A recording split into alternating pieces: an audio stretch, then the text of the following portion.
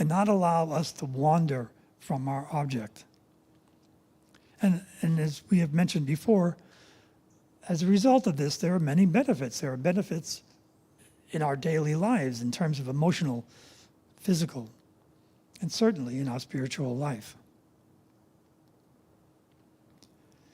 But as far as the divine union we're looking for in our making a home for the mystic heart, these shamatha meditations, these outward meditations, are primarily serving to prepare ourselves, sort of an approach to this other category of meditation, vipassana, or what we call insight meditation, to approach it with a steady mind. But as Sally Joe expressed it so divinely and so clearly during her ordination ceremony, the essential question for us as we're making a home for our mystic heart is, who am I? Who am I really? And that's the question I ask, and I think that is the core question as we're making a home for our mystic heart. So next month, we're going to be spending the time in Vipassana meditation, in an object-less meditation, if you will. Looking inward, looking at ourselves, in the very effort to try to answer the question, who am I? So we have worked these months on trying to build a structure, build a house, if you will, for our mystic heart. And then we'll now move with object-less meditation to furnish it and make it no longer just a house, but a home. So that brings me to the end of today's service. And for me, it was a delight. I really enjoyed sharing this time with everyone. But it's time that we say goodbye to our friends online. If we managed to get online at the last minute, power came back on. And thank you, Zach, for making that available to everyone. So goodbye, sayonara, adios.